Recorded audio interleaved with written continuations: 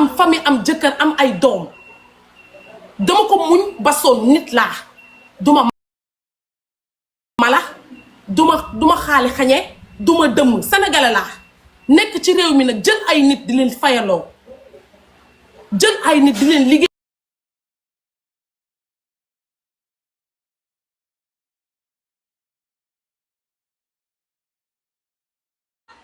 mais dangay woo ay samay nit preuve yëpp a ngi fii si sama téléphone ak li ngeen leen laaj li ngeen leen wax dama jóge parcelle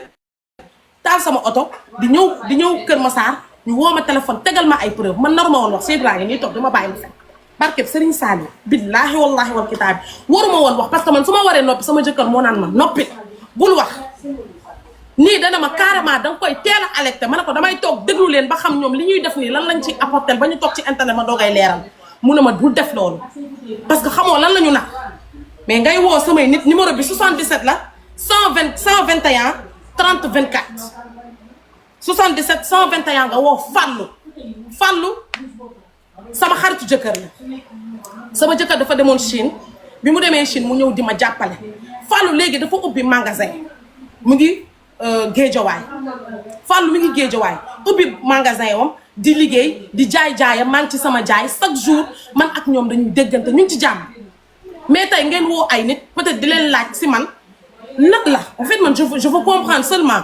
su ma taalee sama live ngeen ne peut-être bul wax wala nangam lan moo tax du ma expliquer parce que damay alerter pour ngeen teel a alerter seen yi ngeen di def que ni xam na expliquer yow yaa ma da waxal rek. non il faut garder le calme parce que borom numéro 77 121 30 24 c'est un live nekk góor nekk extérieur aussi comprendre nga kii c'est ta sœur pour man jigéen buy liggéey en tant que góor boo ko dooleel pour man waroo képp ay tànk waroo ko jéem a indi jafe-jafe te si tànk yooyu nga nekk ni peut-être dañ gisaat ne si tànk indil ñu jafe-jafe na wala xat-xat wala indil ñu ay problème quoi gañewuloo si dara man en personne ce n'est pas que ni yow borom numéro bii la borom numéro bi moo ñu concerné mais les gens qui sont derrière parce que borom numéro bi ñi muy woo ñëpp da leen di day énumérer ay tur ñi muy waxal day wax ak ñoom ci ay tur li mu def diw à des fois répétitif kon ce qui veut dire qu'il y a des gens qui sont derrière ce numéro derrière cette personne ñoo xam ne buñ sañoon peut-être doo nekk ci jàmm nag suñu borom moo ko yor bu dëgg peut-être le peu d'avancement bi ñu gis sur ta personne wala sur ton travail moo leen déranger pour man nit jëkkër ak jabar sax dañuy ànd sur une très longue durée mën nañu ànd 20 ans 10 ans 15 ans suñu borom dogal séparation ci seen diggante kenn ku si nekk jël sa yoon comprendre te dara du ñaaw man ay nit bu ñu àndee ba suñu borom jeexal diggante bi kenn ku si nekk war na mën a jël say responsabilité lum sa bopp nga nekk ci li nga war a nekk comprendre comme suñu borom mooy maye en tant qu'homme grand dama lay ñaan pour cette fois-ci dama lay ñaan comprendre en tant que homme en tant que góor nga nekk gentleman nga def yi fu góor yàlla parce que li nga nekk di def ni amul njëriñ si t'as un travail focus là-dessus su fekkee amuloo ko jugal nga dem wuti ko pour man c'est la meilleure des choses à faire mais pas nga nekk si sa téléphone comprendre pour nuire la vie des gens amuloo si njëriñ te suñ yàlla comme li ñuy wax yàllaay tey ñi moment day fay léegi-léegi te kenn ku si nekk sa xol la lay fay kenn ku si nekk li nga yéene nit ñi mooy répercuté waat sa bopp peut-être suñ borom moo ñu bëgg a wan say mag yi wala moo ñu bëgg a wan intention bi nga am si ñun moo tax mu ñu koy teel ngay jaar si ay nit yoo xam ne c'est des hommes de confiance c'est des personnes de confiance dignes de confiance ñoom ñu bëgg ñu te yàlla rek Fallou bi ngeen di woon nii wala Fallou bi nga woon nii c'est une personne boo xam ne c'est mon ami man ak moom yàgg nañ depuis enfance ba léegi bi ñuy dem Chine di ko fi bàyyi dafa yoroon déjà sa boutique à Guédiawaye dama ko woo ne ko dañuy dem Chine on est dans des difficultés dama bëgg nga ñëw teniral ñu boutique moom mu tëj boutique am mu gore ba dee tëj boutique am bàyyi fa kenn de bàyyi fa raxam da ko tëj pour une durée indéterminée nekk si boutique bi pendant presque 6 voire 8 mois yoo xam ne moom moo koy gérer muy am problème muy am des difficultés moom muy jël propre xaalisam ak xaalisu magam mu jaral ko muy dem di leb di ko si def kon kooku góor la ñun amuñu lu ñu ko fayee c'est mal réfléchi de votre part nag nga jéem a jaar si moom wala suñu yeneen nit suñu borom dogal na suñu jëmm yi ñuy ànd ak des hommes dignes de confiance suñu borom nag moo xam mais ñu ñuy àndal wala ñuy yàgg àndal yaakaar nañ ne mun nañ leen wóolu mais ñu ngi lay ñaan en tant que jullit ak jullit su fekkee jullit bi ngay wat si yow dëgg que tu laisses les gens vivre heureux kenn tudd la kenn mentionné wu la kenn waxul sa yow comprendre su ma sañoon nga responsable nga xam ne peut-être am nga famille wala am nga sœur am ngay doom te àdduna kenn ku ci nekk li nga si leble rek lañ lay fay nga xam ne am nga njaboot peut-être li nga bëgg a coono yi nga bëgg a teg doomu jàmbur ñi ëllëg si biir on sait jamais sa doom wala sa famille sa sœur sa yaay mën nañ dem ba di ko teg les mêmes choses revient sur terre. chaque jour dafay nekk ma koy muñ di ko muñ mais dama nekk ci TikTok bi wax dëgg yàlla di liggéey di nekk ci sama jàmm kon bàyyi leen ma nekk ci sama jàmm ku mu neex nag boo paree nga taal sa live nga xalaatee neneen mais juste damay alerter pour wax ko moom que ni lii muy def nii ban intention la ci jublu ak lan laa ko def jotewu ma ak moom aw ma ak moom benn problème bu ma romboon tey nuyu ma dama koy nuyu la preuve keroog bi ñuy def cagnotte bi nuyu naa ko wax ak moom pare naa ci mais wax dëgg yàlla s'il te plaît dama la koy ñaan te yàlla rek tax bàyyi leen ma liggéey sama liggéey nekk ci sama jàmm wasalaam bii mooy dernière fois sax may expliquer ci réseaux sociaux yi mais que ça cesse quoi merci beaucoup. ma am famille am jëkkër am ay doom dama ko muñ ba sonn nit laa duma mala duma xaali xañe duma dëmm sénégalais laa nekk ci réew mi nag jël ay nit di leen fayaloo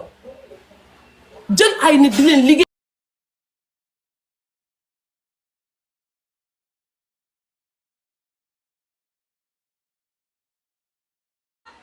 mais dañuy woo ay samay nit preuve yëpp a ngi fii si sama téléphone ak li ngeen leen laaj li ngeen leen wax dama jóge parcelle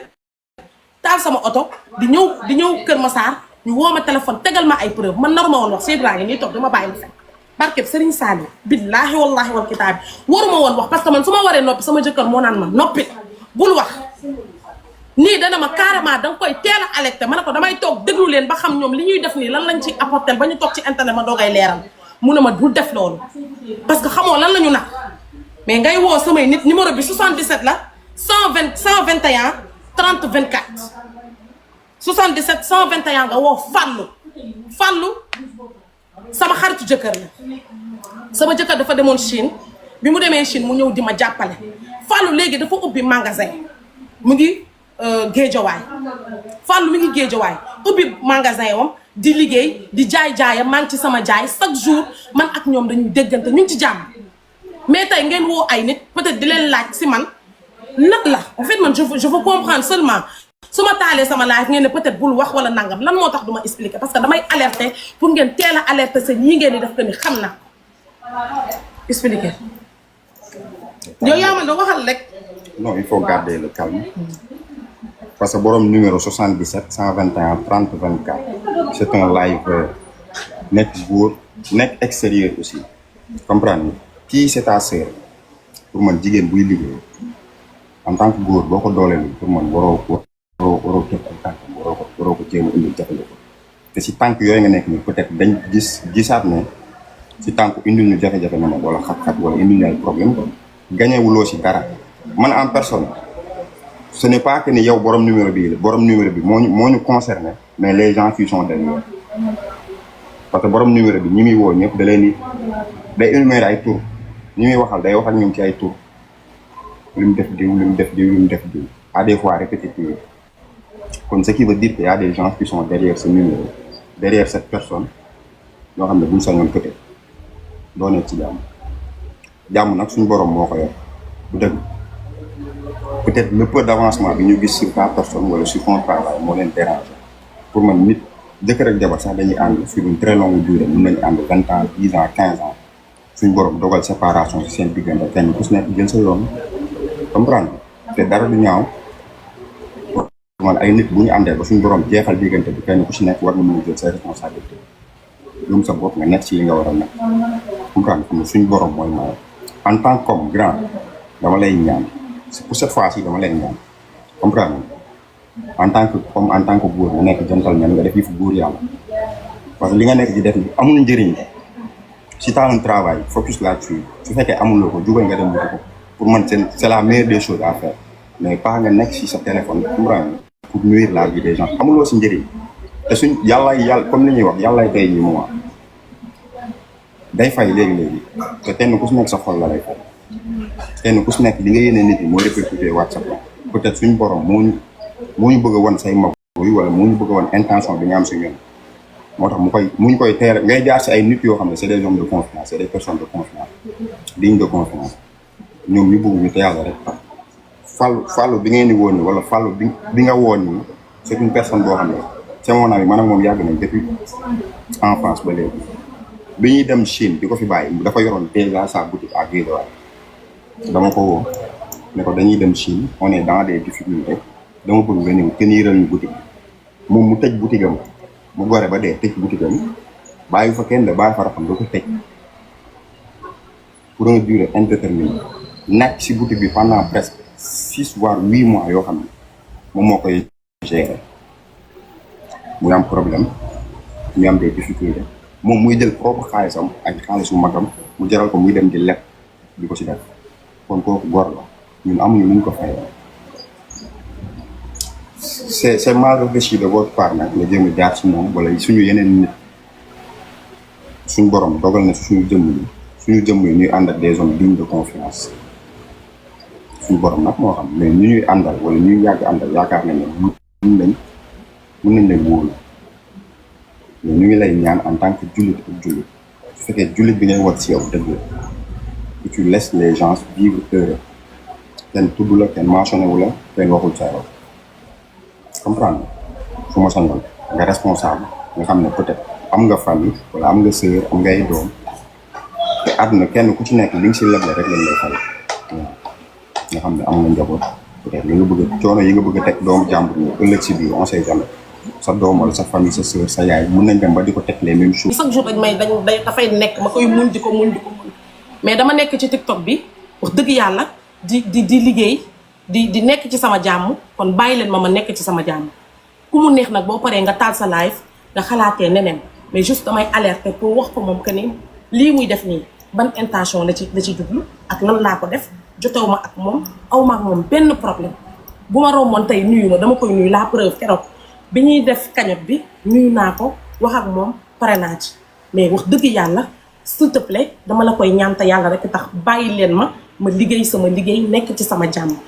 wasalaam bii mooy dernière fois sax may expliquer ci réseaux sociaux yi mais que ça cesse quoi merci beaucoup